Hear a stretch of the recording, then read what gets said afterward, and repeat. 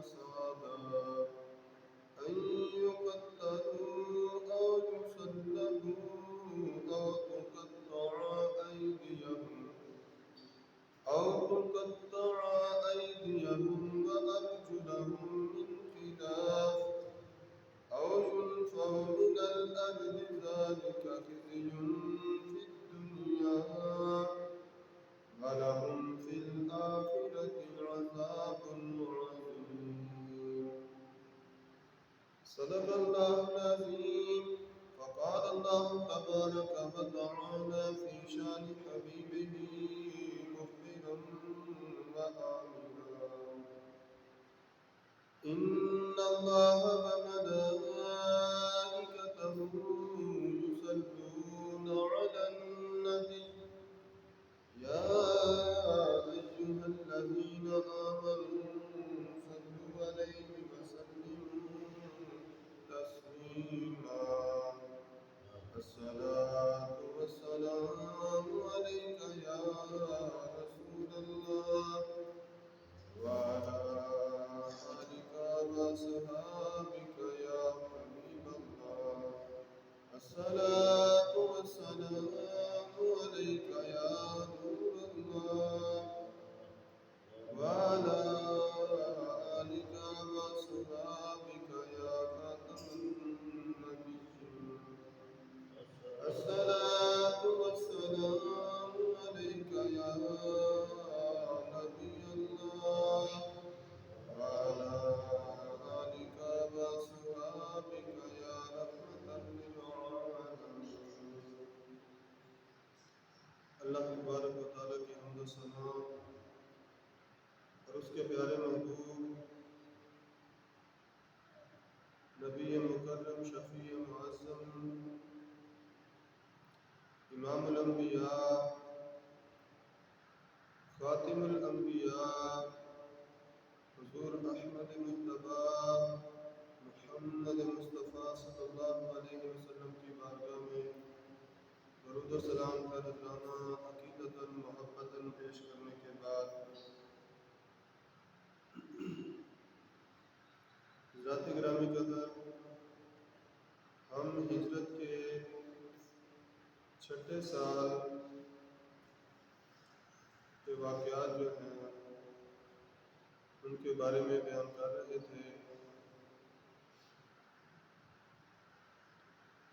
پچھلے جمعہ المبارک پر کچھ سرایا جو تھے ان کا ذکر کیا۔ آج بھی انشاءاللہ مزید کچھ سرایا جو ہیں ان کا ذکر کروں گا۔ دعا ہے اللہ تبارک و تعالی ہمیں سیرت مصطفیٰ صلی اللہ علیہ وسلم سنا کر اس پر عمل کی توفیق عطا فرمائے۔ ہجرت کے چھٹے سال جمادی الثانی کے مہینے میں سریہ قرظ بن جابر جو ہے یہ وقوع پذیر ہوا۔ امام بخاری نے اپنی کتاب میں حضرت انس بن مالک رضی اللہ تعالیٰ عنہ سے جو روایت نقل کی ہے اس کا ترجمہ درج ذیل ہے۔ حضرت انس رضی اللہ تعالیٰ عنہ سے مروی ہے کہ قبیلہ اکل اور قرینہ کے کچھ لوگ جو تھے وہ مدینہ منورہ میں آئے، حضور کی خدمت میں حاضر ہوئے۔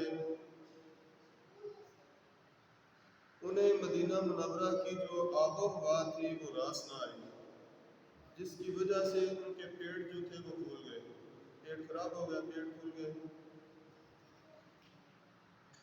تو حضور کی بارگاہ میں حاضر ہوئے تو حضور نبی کریم صلی اللہ علیہ وسلم نے انہیں حکم دیا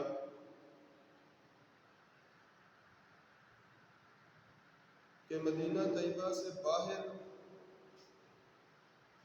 بیت المال کی شیردار اونٹنیاں جو تھیں وہ رہتی تھیں، چرتی تھیں۔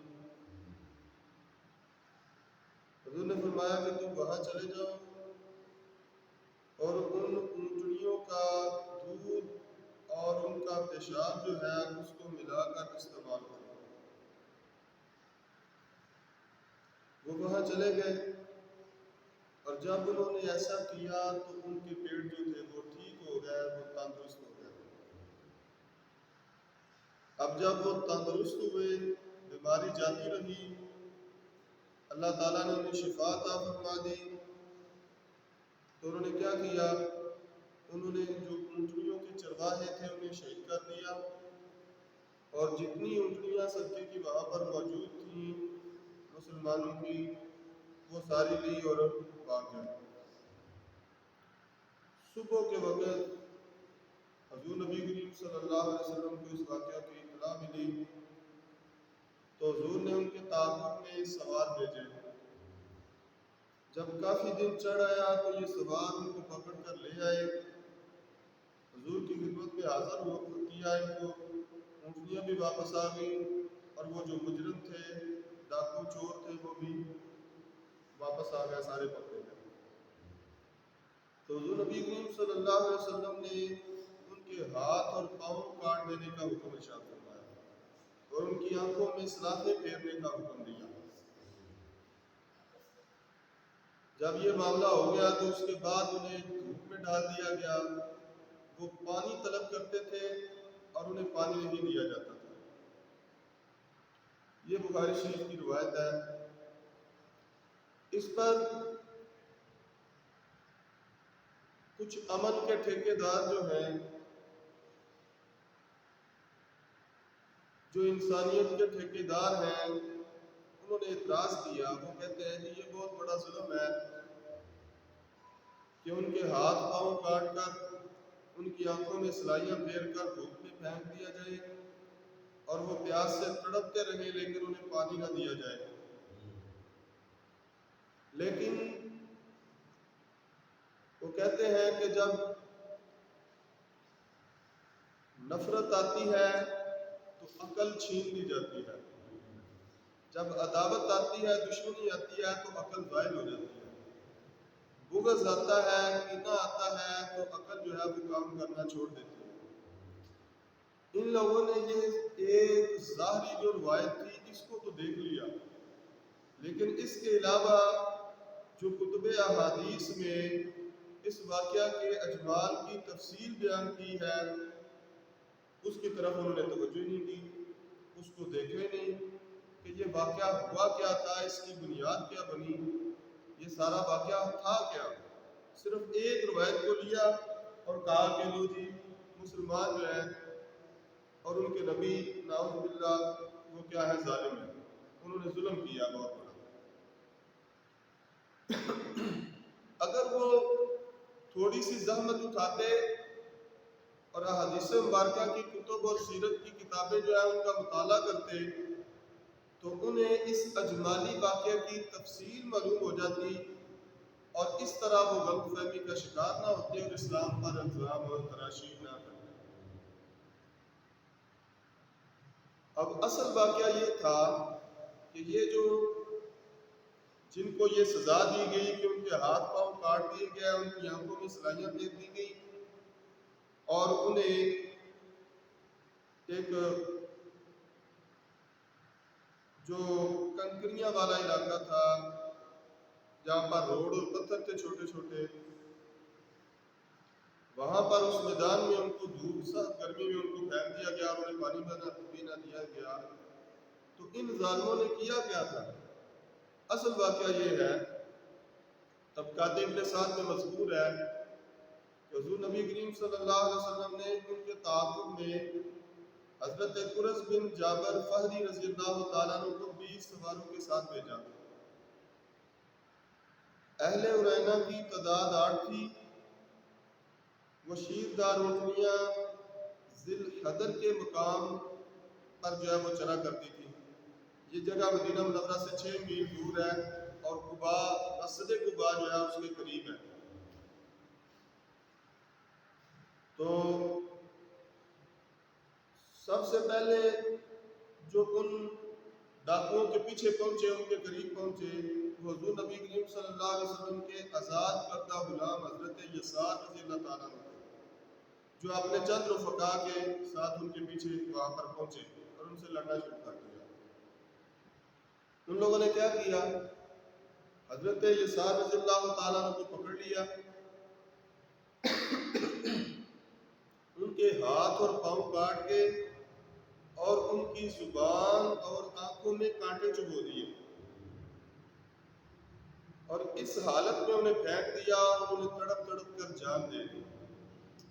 اب جیسا سلوک انہوں نے کیا تھا ایک مومن مسلمان کے ساتھ، تو سزا بھی ان کی ویسی ہی ہونی چاہیے جیسا جرم انہوں نے کیا تھا۔ اگر وہ صرف اونٹنیوں کی حد تک رہتے، اونٹنیاں چراتے یا کسی کو قتل کر دیتے تو سیدھا سیدھا ان کو قتل کر دیا جاتا، لیکن جب انہوں نے یہ ظلم کیا کہ جیسے انہوں نے اس حضرت یسار رضی اللہ تعالیٰ عنہ کو پکڑا سرکار کے آزاد کردہ غلام کو، تو اس کے ہاتھ پاؤں کاٹے اور کانٹے ان کی زبان پر ان کی آنکھوں میں چبھوئے۔ کتنی تکلیف ہوتی ہے، ایک تنکا آنکھ کے اندر چلا جائے تو وہ برداشت نہیں ہوتا، ایک چھوٹا سا کنکر ریت کا ذرہ جو ہے وہ آنکھ کے اندر چلا جائے تو وہ برداشت نہیں ہوتا، اور ان ظالموں نے حضرت یسار رضی اللہ تعالیٰ عنہ کے آنکھوں میں کانٹے چبھوئے اور اس طرح ان کو جو ہے وہ پھینک دیا، اور وہ تڑپ تڑپ کر جو ہے وہ اس دنیا سے آخرت کی طرف صدار گئے،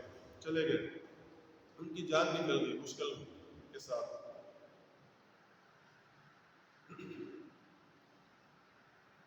تو حضور نبی کریم صلی اللہ علیہ وسلم کی جب عدالت نبوت کے کٹہرے میں وہ کھڑے ہوئے، گرفتار ہو کر آئے، تو سرکار دو عالم صلی اللہ علیہ وسلم نے جو اقلیم عدل و انصاف کے شہنشاہ ہیں وہی برتاؤ کرنے کا حکم دیا جیسا ان ظالموں نے کیا تھا۔ یہ عین فرمان الہی کے مطابق تھا، یہ سرکار کی مرضی نہیں تھی۔ حضور نبی کریم صلی اللہ علیہ وسلم تو رحمت للعالمین ہے، سرکار دو عالم صلی اللہ علیہ وسلم اپنی ذاتی رائے سے کسی کے ساتھ اس طرح کا کام نہیں کر سکتے، اور یہ اللہ تعالیٰ کا فرمان تھا، اسی کے مطابق ان کے ساتھ عمل کیا گیا۔ انما جزاء الذین، اللہ تبارک و تعالیٰ نے سورۃ المائدہ آیت نمبر 33 میں یہ ان کا یہ واقعہ جو تھا اس کے بارے میں خبر دی اور فرمایا انما جزاء الذین یحاربون اللہ ورسولہ، بلا شبہ ان لوگوں کی سزا جو اللہ اور اس کے رسول سے جنگ کرتے ہیں،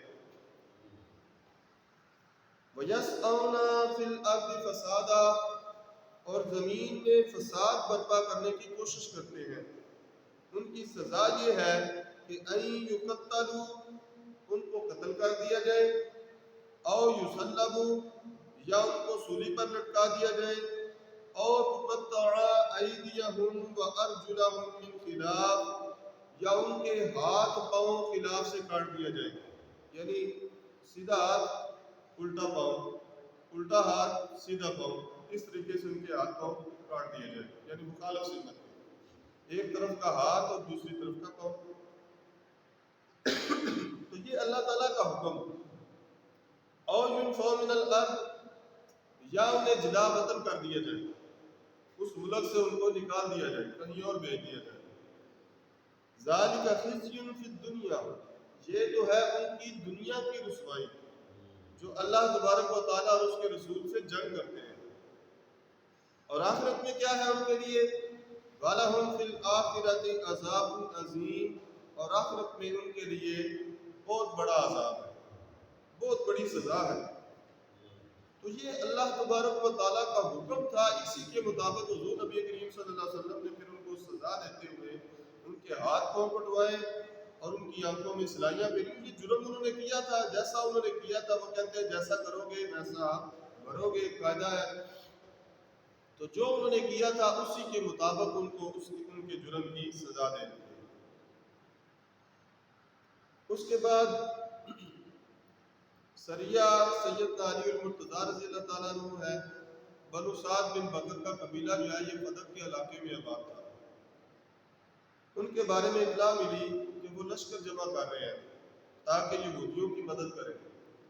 تو نبی کریم صلی اللہ علیہ وسلم کی عادت مبارکہ تھی کہ آپ صلی اللہ علیہ وسلم فتنے کے شروع ہونے سے پہلے ہی اس کی سرکوبی فرما دیتے ہیں، پہلے ہی اس کا حل جو ہے وہ کر دیتے ہیں، تاکہ بعد میں فتنہ جو ہے وہ زیادہ نقصان کا باعث نہ بنے۔ تو تو سرکار نے اس فتنے کی آگ کو بجھانے کے لیے شعبان المعظم کے مہینے میں 6 ہجری میں حضرت سیدنا علی مرتضیٰ رضی اللہ تعالیٰ عنہ کو 100 مجاہدین کا دستہ دے کر ان کے پیچھے بھیجا۔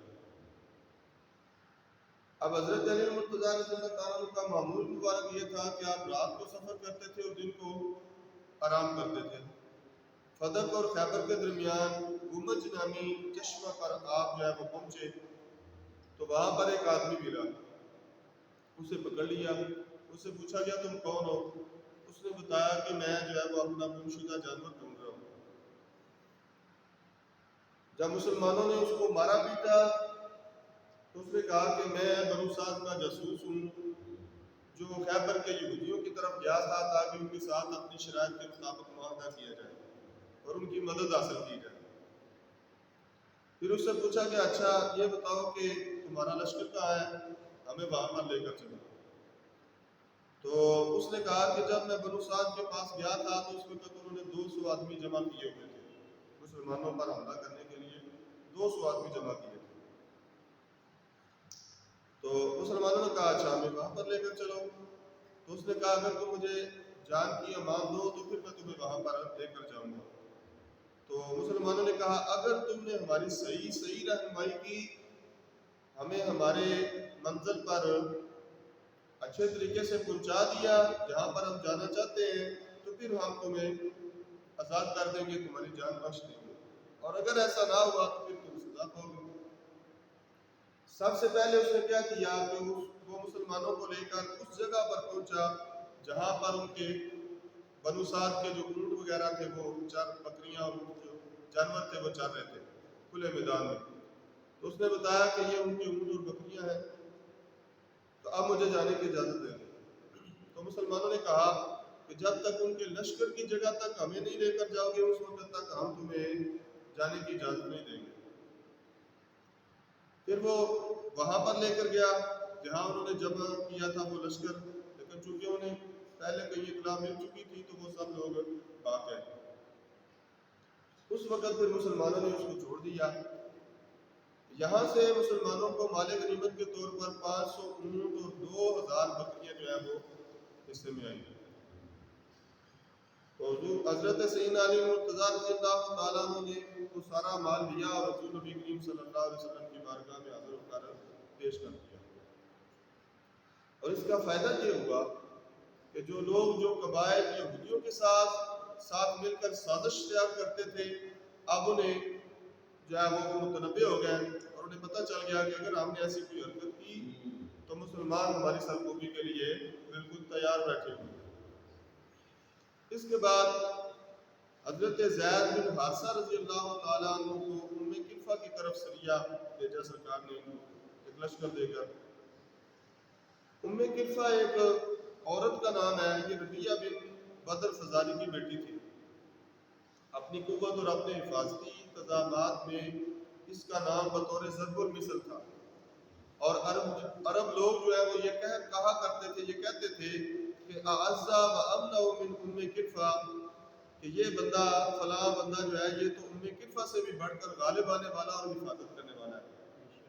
یعنی اس کی ضرب المثل تھی، مثال دی جاتی تھی کہ وہ بڑی حفاظت کرنے والی ہے، بڑے اپنے جو ہے وہ سامان جنگ جو ہے اس کو تیار کر کے اس نے رکھا ہوا ہے۔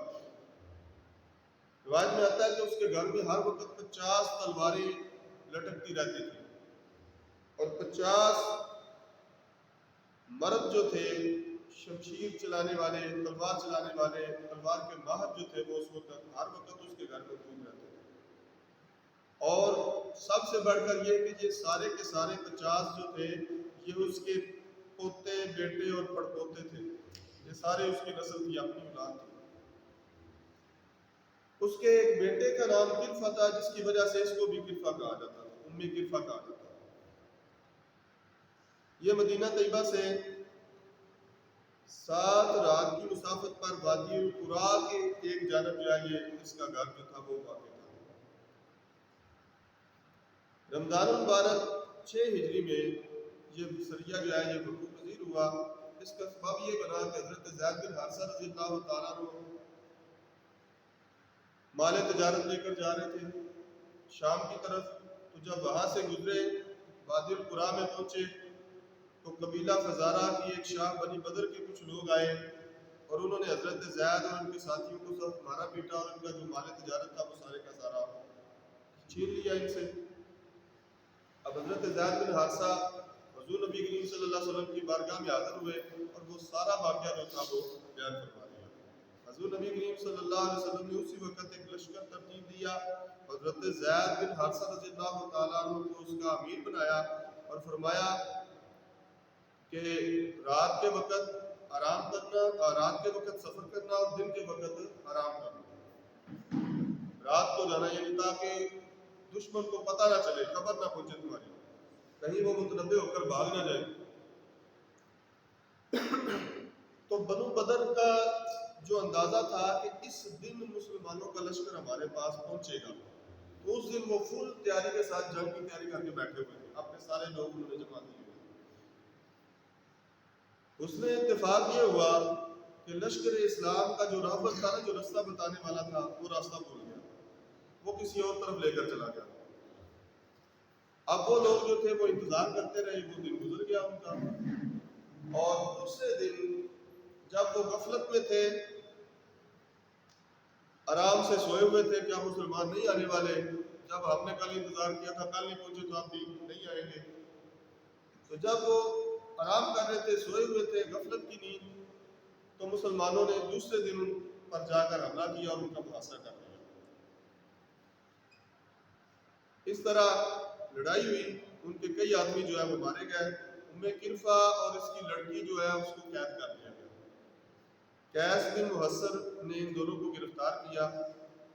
کرفا بوڑھی عورت تھی لیکن پرلے درجے کی گستاخ اور بد زبان تھی، زبان دراز تھی، حضور نبی کریم صلی اللہ علیہ وسلم کے بارے میں بھی برا بھلا کہتی تھی، دشنام ترازی کیا کرتی تھی۔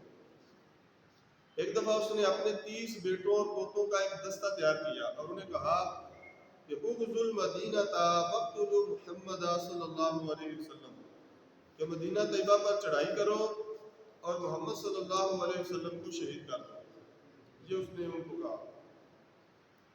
لہذا اس جرم کی وجہ سے کہ یہ سرکار کو کے بارے میں بد زبانی کرتی تھی، گالیاں دیتی تھی، تو مسلمانوں نے اس عورت کو اسی وقت، اس بڑھیا عورت کو، کرفا کو وہیں پر قتل کر دیا، جہنم واسط کر دیا، اور اس کی لڑکی جو تھی اس کو قید کر لیا۔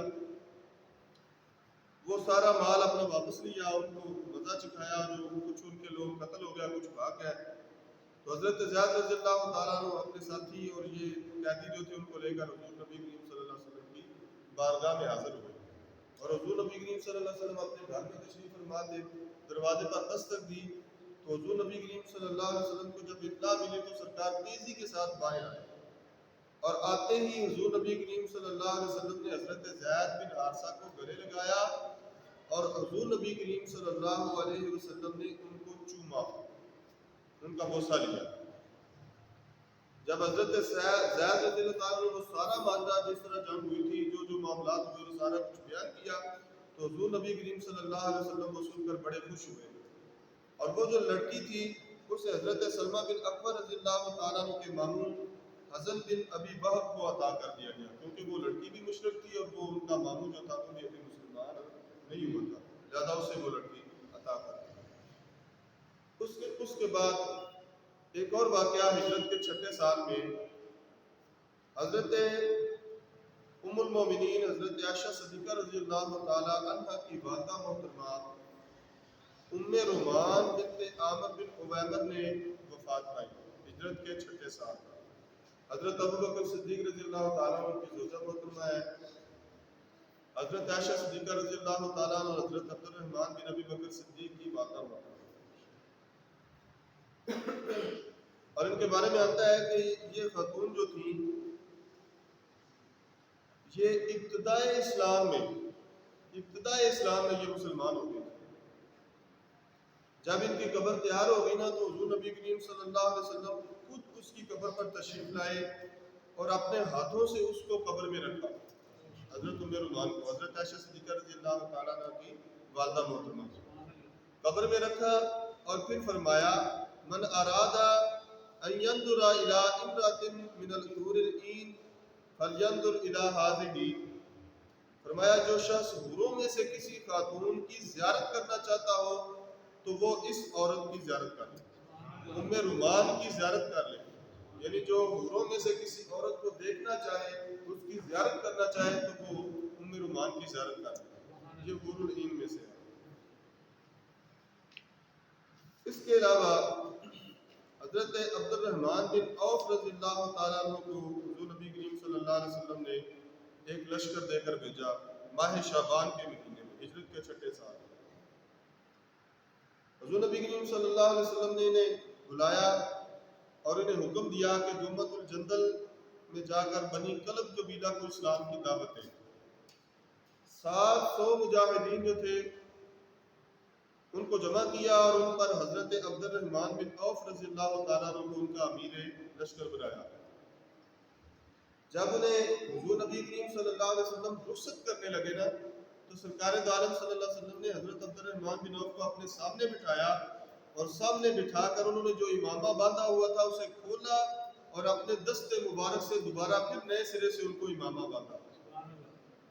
امامہ باندھنے کے بعد حضور نبی کریم صلی اللہ علیہ وسلم نے ان کا جو شملہ تھا نیچے والا اس کو دونوں کندھوں کے درمیان لٹکایا، پھر فرمایا اے عوف کے فرزند امامہ اس طرح باندھا کرو، پگڑی اس طرح باندھا کرو، یعنی امامہ باندھنے کا طریقہ بھی حضور نبی کریم صلی اللہ علیہ وسلم نے ان کو بتایا، پکا باندھا۔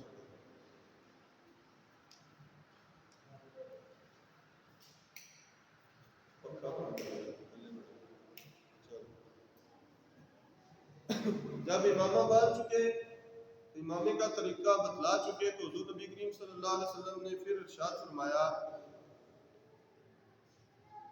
اغدو بسم اللہ وفی سبیل اللہ وقاتل من کفر باللہ ولا تغل ولا تغدر ولا تقتل ولیدا۔ حضور نبی کریم صلی اللہ علیہ وسلم نے فرمایا اللہ کا نام لے کر اور اس کے راستے میں رخصت ہو جاؤ، جو اللہ تعالیٰ کا انکار کرے اس کے ساتھ جنگ کرو اور کسی کے ساتھ دھوکہ نہ کرو۔ لشکر بھیج رہے ہیں اور جنگ دھوکے کا نام ہے، لیکن اس کے باوجود حضور نبی کریم صلی اللہ علیہ وسلم کیا فرما رہے ہیں؟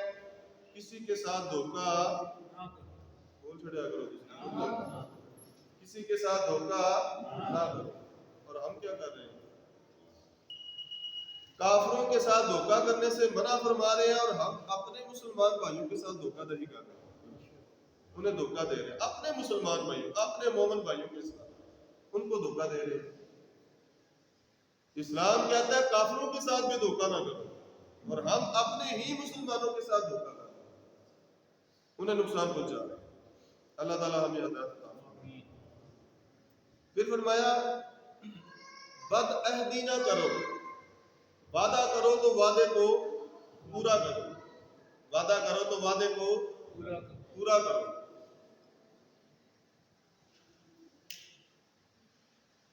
وعدہ کرو تو وعدے کو پورا کرو۔ اور یہ بیماری ہمارے اندر موجود ہے، وعدہ پورا نہ کرنا، وعدہ کر کے وعدے پر پورا نہ اترنا۔ یہ عام سے لے کر بڑے بڑے ہمارے جو حکمران ہیں ان تک سب اس بیماری میں مبتلا ہیں، وعدہ کرتے ہیں پھر وعدہ پورا نہیں کرتے۔ پھر ارشاد فرمایا کہ جنگ کے دوران کسی بچے کو قتل نہیں کرنا، کسی بچے کو قتل نہیں کرنا، یہ اسلام کی۔ اور حضور نبی کریم صلی اللہ علیہ وسلم اکثر جب جنگ پر کسی کو بھیجتے تھے نا امیر لشکر بنا کر صحابہ کو، دستہ جب تیار ہو جاتا تھا، لشکر تیار ہو جاتا تھا تو یہ 3 چیزیں سرکار دو عالم صلی اللہ علیہ وسلم کو فرمایا کرتے ہیں۔ ایک تو جو کھیتیاں ہیں، باغات ہیں، ان کو ضائع نہیں کرنا۔ دوسرا جو لوگ اپنی عبادت گاہوں میں بیٹھے ہوئے ہیں، عبادت کر رہے ہیں، اللہ تبارک و تعالیٰ کا کسی بھی حال میں کسی بھی طریقے سے وہ نام لے رہے ہیں، یہودی ہیں، عیسائی ہیں یا دیگر مذاہب جو ہیں، ان کے لوگ جو عبادت گاہوں میں بیٹھے ہوئے ہیں، اپنی عبادت گاہوں میں بیٹھے ہوئے ہیں، تمہارے خلاف ہتھیار اٹھا کر نہیں نکل رہے، انہیں بھی قتل نہیں کرنا۔ اور تیسری چیز سرکار فرماتے تھے بچوں کو بھی قتل نہیں کرنا۔ یہ سرکار دو عالم صلی اللہ علیہ وسلم کا معمول تھا۔ پھر حضور نبی کریم صلی اللہ علیہ وسلم نے ان کو ایک اور نصیحت فرمائی، اور یہ بڑی زبردست حدیث مبارکہ ہے، اس کو سمجھنے کی ضرورت ہے اور یاد کرنے کی بھی ضرورت ہے۔ کیا فرمایا حضور نبی کریم صلی اللہ علیہ وسلم نے فرمایا یا ایھا الناس اتقوا خمسا قبل ان تحل بکم، اے لوگو 5 چیزوں سے بچو۔ کتنی؟ اور میرے نال چلنا تھی، 5 چیزوں سے بچو اس سے پہلے کہ تم پر اللہ کا عذاب نازل ہو۔ 5 چیزوں سے بچو اس سے پہلے کہ تم پر اللہ تعالیٰ کا عذاب نازل ہو۔ پہلی چیز جو سرکار نے فرمائی وہ کیا تھی؟ اور یہ ہمارے ہر جو تاجر ہے اس میں یہ بیماری اکثریت میں، اللہ ماشاءاللہ اچھے بھی ہیں، اسلام کے مطابق چلنے والے لوگ ہیں موجود، لیکن اکثریت ہماری اسی طرح ہے۔ کیا فرمایا؟ فرمایا ما نقص مکیال قوم الا اخذهم الله بالسنین ونقص من الثمرات لعلهم يرجعون۔ حضور نبی کریم صلی اللہ علیہ وسلم نے فرمایا پہلی چیز ہے ماپ تول میں کمی نہ کرنا۔ ماپ تول میں کمی نہ کرنا، ماپ اور تول یعنی کنڈے تے جڑیاں چیزاں تلدیاں نے تے پاڑے نال جڑیاں چیزاں مل کے پائیاں جاندیاں نے، ادودیاں تے نہیں ہوندے پیمانے، دودھ مینن والیاں گڈویاں کلو دے 2 کلو دے، رمیاں 5 کلو والیاں 10 کلو والیاں، اے ماپ والے نے۔ تے تول والے کنڈے جڑے نے وہ بھاویں دوسرا کنڈا ہاتھ والا ہوے پرانے جڑے سن یا ہن وہ الیکٹریکل جڑا کنڈا آ گیا، ڈیجیٹل کنڈا جنوں کہندے نے وہ ہوے، جڑا بھی کنڈا ہے ماپ تول میں کمی نہ کرنا۔ اور اس کا نقصان کیا ہے؟ پھر فرمایا جب کسی قوم کا پیمانہ کم ہو جاتا ہے تو اللہ تعالیٰ اس قوم کو قحط اور پیداوار کی کمی سے دوچار کر دیتا ہے۔ اللہ اکبر، استغفر اللہ، اللہ تعالیٰ ہمیں بچائے اس سے۔ یہ سبحان اللہ کہنے کی بات نہیں ہے، یہ اللہ تعالیٰ سے معافی مانگنے کی بات ہے کہ اللہ تعالیٰ ہمیں اس سے محفوظ رکھے، اس بیماری سے ہمیں اللہ تعالیٰ بچائے۔ پھر حضور نبی کریم صلی اللہ علیہ وسلم نے کیا فرمایا؟ اچھا فرمایا جب کسی قوم کا پیمانہ کم ہو جاتا ہے تو اللہ تعالیٰ اس قوم کو قحط اور پیداوار کی کمی سے دوچار کر دیتا ہے تاکہ وہ راہ راست کی طرف لوٹ آئے۔ یعنی جب تک وہ توبہ نہیں کرتے اللہ تبارک و تعالیٰ ان پر قحط سالی کو ڈال کے رکھتا ہے، ان کو قحط سالی میں مبتلا رکھتا ہے۔ پھر ارشاد فرمایا دوسری چیز جو بیان فرمائی، فرمایا ما نقص قوم عہدهم الا سلط اللہ علیہم عدوهم۔ دوسری چیز کیا بیان فرمائی؟ وعدے کو پورا کرو، وعدے کو پورا کرو۔ اور زبانی کلامی ہوئے تو پاویں کاغذ دے کام ٹکڑے تے لکھیا ہوئے، گورنمنٹ دی مہر لگی ہوئے تو پاویں نہ لگی ہوئے، ہر حال ہے اس وعدے نو بولیے، ہر حال میں اس وعدے کو پورا کرو۔ کیوں؟ فرمایا جب کوئی قوم اپنا وعدہ توڑ دیتی ہے، جب کوئی قوم وعدہ پورا نہیں کرتی، ان میں یہ بیماری عام ہو جاتی ہے تو پھر اللہ تبارک و تعالیٰ کیا کرتا ہے؟ اللہ تعالیٰ ان کے دشمنوں کو ان پر غلبہ دے دیتا ہے، ان کے دشمنوں کو ان پر، پھر جویں امریکہ آتا ہے پھر اسی کری جاتے ہیں، پھر جویں امریکہ آتا ہے اسی منی جاتے ہیں، اپنے مسلمان بھراواں دیاں گردناں لائی جاندے ہیں، جویں امریکہ آندا پھر اسی آنے ٹھیک ہے جی اسی تہاڈا ہی کلمہ پڑھیا ہے، اسی تہاڈے واسطے حاضر ہاں، جویں آپ کو دے سی آمد نہ ہو۔ سمجھ آئیے بات کی؟ تو یہ بھی بیماری عام ہے ہم میں، اللہ تعالیٰ اس سے بھی ہمیں محفوظ فرمائے اور بچنے کی توفیق عطا فرمائے۔ آگے ارشاد فرمایا وما منع قوم الزکاۃ الا امسک اللہ عنہم قطر السماء ولولا البہائم لم یسقوا۔ حضور نبی کریم صلی اللہ علیہ وسلم نے فرمایا تیسری گل آ گئی جی، 2 گلاں ہو گئیاں پہلے، تیسری گل حضور نے فرمایا کہ تیسری چیز کیا ہے؟ زکوٰۃ ادا نہ کرنا، اپنے مال کی بولیے سمجھ آتی بھی یہ گل نہیں، اپنے مال کی زکوٰۃ ادا نہ کرنا۔ تو حضور نے فرمایا اس کی سزا کیا ملتی ہے؟ اس پر اللہ تعالیٰ کی طرف سے عذاب کیا آتا ہے؟ فرمایا جو قوم زکوٰۃ دینے سے اپنے ہاتھ کو روک لیتی ہے اللہ تعالیٰ اس پر بارش کا نزول روک لیتا ہے، بارش کا نزول روک لیتا ہے، یہ عذاب ہے، قحط سالی میں مبتلا کر دیتا ہے، بارش نہیں ہوتی۔ آگے کیا فرمایا؟ فرمایا اگر بے زبان جانور نہ ہو تو اللہ تبارک و تعالیٰ انہیں پینے کا پانی کا ایک قطرہ بھی نصیب نہ فرمائے۔ یہ جانوروں کی وجہ سے اللہ تعالیٰ ہم پر رحم فرماتا ہے، ہمیں پانی عطا فرماتا ہے۔ اب ہم جانوروں پر بھی ظلم کرتے ہیں، کیسے کیسے طریقے لوگوں نے نکال لیے جانوروں پر ظلم کرنے کے، لڑائیاں کروائی جا رہی ہیں، ان پر ظلم کیا جا رہا ہے۔ تو یہ ساری چیزیں جو ہے یہ سراسر اسلام کی تعلیمات کے خلاف ہے اور حضور نبی کریم صلی اللہ علیہ وسلم کی اسوہ حسنہ کے خلاف ہے۔ اچھا جی، آگے ارشاد فرمایا ما ظہرت الفاحشۃ فی قوم الا سلط اللہ علیہم الطاعون، فرمایا جس قوم میں بے حیائی پھیل جاتی ہے، ساڈے چج بے حیائی عام ہے نا، ہے کہ نہیں؟ ہے کہ نہیں؟ بولتے کیوں نہیں یار؟ بولیا کرو، کچھ نہیں ہوندا، کوئی نہیں، تہاڈوں بندہ پوچھتا کچھ نہیں، جڑا پوچھے گا مینوں ہی آ کے پوچھے گا، پریشان نہ ہویا کرو۔ آج ہم بے حیائی عام ہے کہ نہیں؟ ہمارے چینل جناب وہاں پر دین کی کوئی بات ہوئے پابندی لگ جاتی ہے، بے حیائی کا کام کنجر جویں مرضی نچدے پھرن، ساڈا پیمرا جڑا ہوئے وہ کچھ بھی نہیں کہتا، وہ کہتا ٹھیک ہے چپ کے رکھو کام، ایہی ہونا چاہیے۔ ٹی وی چینل، کوئی بھی ٹی وی چینل اٹھا کر دیکھ لیں، کیا نہیں ہو رہا ان پر یہ سب کچھ؟ بے حیائی عام ہے، لباس جو ہے اس کو وہ بالکل انگریزوں کی طرز پر لے کر آ رہے ہیں، اسی کے مطابق وہ چل رہے ہیں، سب کچھ وہی کچھ ہو رہا ہے جو یہودی اور عیسائی چاہتے ہیں، اور ہم خاموشی کے ساتھ بڑے مست ان کے وہ سب کچھ دیکھ کر بڑے خوش ہوتے ہیں۔ تو عذاب کیا ہے اس کا؟ فرمایا جس قوم میں بے حیائی پھیل جاتی ہے اس پر اللہ تبارک و تعالیٰ وبائی بیماری طاعون کو بھیج دیتا ہے۔ وبائی بیماری طاعون، اب طاعون کی مختلف شکلیں اب آ گئی اور اس میں سے ایک کرونا بھی ہے۔ اگر ہم اس بے حیائی کو روکیں گے نہیں تو پھر ہم پر اسی طرح کی بیماریاں آئیں گی، اسی طرح ہم مریں گے، کلمہ بھی نصیب نہیں ہوتا لوگوں کو، اپنے گھر والوں کے ہاتھوں سے دفن اور کفن بھی نصیب نہیں ہوتا۔ تو اس چیز سے بھی ہمیں بچنا چاہیے، اللہ تبارک و تعالیٰ ہماری قوم کو اس بیماری سے بھی باز آنے کی توفیق عطا فرمائے۔ آگے ارشاد فرمایا وما حکم قوم بغیر راج القرآن الا البسهم شیئا واذاق بعضهم باس بعض۔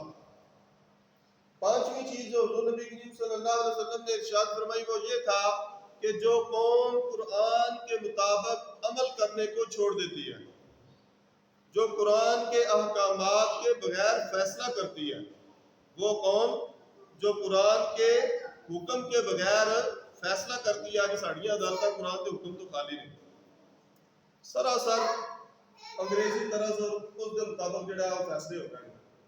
تو فرمایا جو قوم قرآن کے حکم کے بغیر فیصلہ کرتی ہے تو کیا ہوتا ہے؟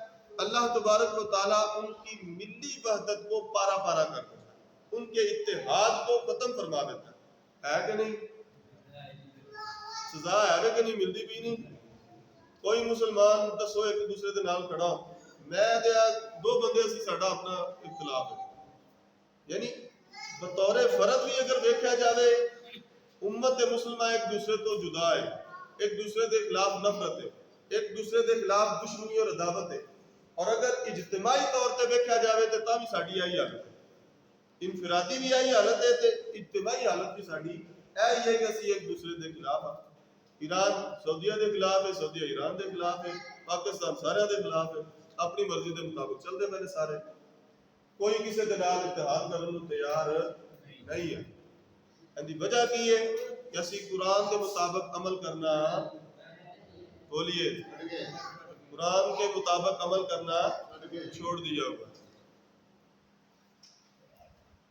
اچھا جی، یہ سرکار دو عالم صلی اللہ علیہ وسلم نے فرمایا۔ اس کے بعد فرمایا وہ ایک دوسرے پر ظلم اور تشدد کرنے میں لگ جاتے ہیں۔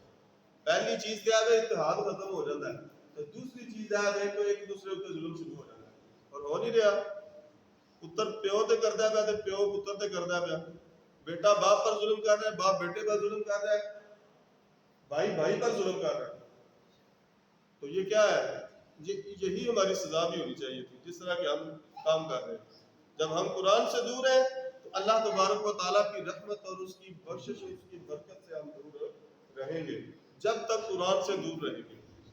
اگر اللہ تبارک و تعالیٰ کی رحمت چاہتے ہیں، اگر اللہ تبارک و تعالیٰ کی طرف سے برکات کا نزول چاہتے ہیں، تو پھر قرآن کو صرف سینے سے نہیں، قرآن کے احکامات کو سینے سے لگانے کی ضرورت ہے۔ صرف قرآن کو چون کر اونچی جگہ پر ادب کے ساتھ رکھنے کی ضرورت نہیں، بلکہ قرآن کو پڑھ کر اس کے مطابق عمل کرنے کی ضرورت ہے۔ اللہ تبارک و تعالیٰ مجھے اور آپ کو اس پر عمل کی توفیق عطا فرمائے۔ اچھا جی، تو حضرت عبد الرحمن بن عوف کو دعاؤں کے ساتھ سرکار نے وہاں پر بھیجا دومت الجندل۔ پہلے دن بھی واز کیا، نصیحت کی لوگوں کو، وہ جمع ہوئے سارے وہاں کے قبیلہ جو تھا، تو ان کو نصیحت کی۔ بنی کلب جو قبیلہ اس کی طرف بھیجا تھا سرکار نے، ان پر کوئی اثر نہ ہوا۔ دوسرے دن پھر ان کو نصیحت کی، واز کیا، تقریر کی حضرت جو ہے وہ عبد الرحمن بن عوف رضی اللہ تعالیٰ عنہ نے، لیکن انہیں کوئی اثر نہیں ہوا۔ تیسرے دن پھر حضرت عبد الرحمن رضی اللہ تعالیٰ عنہ نے ان کو واز کی، اسلام کی دعوت دی، اسلام کی خوبیاں بتائیں، اسلام کے معاملات احکامات جو تھے ان کے سامنے بیان کیے، قرآن پاک پڑھا۔ تو تیسرے دن جب دعوت دی تو وہ پورا قبیلہ جو تھا نا وہ نصرانی تھا، عیسائی تھا۔ تو حضرت عبد الرحمن بن عوف رضی اللہ تعالیٰ عنہ کے ہاتھ پر ان کا جو سردار تھا نا وہ اسلام قبول کر، ان بولو سبحان اللہ۔ تیسرے دن حضرت عبد الرحمن بن عوف رضی اللہ تعالیٰ عنہ کے ہاتھ پر ان کے سردار نے اسلام قبول کر لیا۔ جب سردار نے اسلام قبول کیا تو پوری قوم قبیلہ جو تھا وہ مسلمان ہو گیا۔ اس طرح اللہ تبارک و تعالیٰ نے حضرت عبد الرحمن بن عوف رضی اللہ تعالیٰ عنہ کے ذریعے بنو قلب کو ہدایت اور ایمان عطا فرمایا۔ ان کا رئیس جو تھا نا اس کا نام تھا اسبق بن عمر کلبی، اس کی بیٹی تھی، اس کا تمادر اس کا نام تھا۔ جب اسلام قبول کر لیا تو اس کے بعد پھر اس نے حضرت عبد الرحمن بن عوف سے اس کا نکاح فرما دیا۔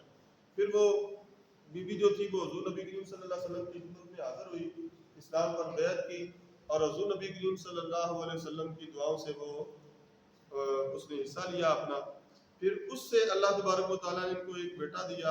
علماء فرماتے ہیں کہ وہ بیٹا جو تھا جس کا نام عبداللہ تھا، ابو سلمہ اس کا لقب تھا، کنیت تھی، وہ حافظ بھی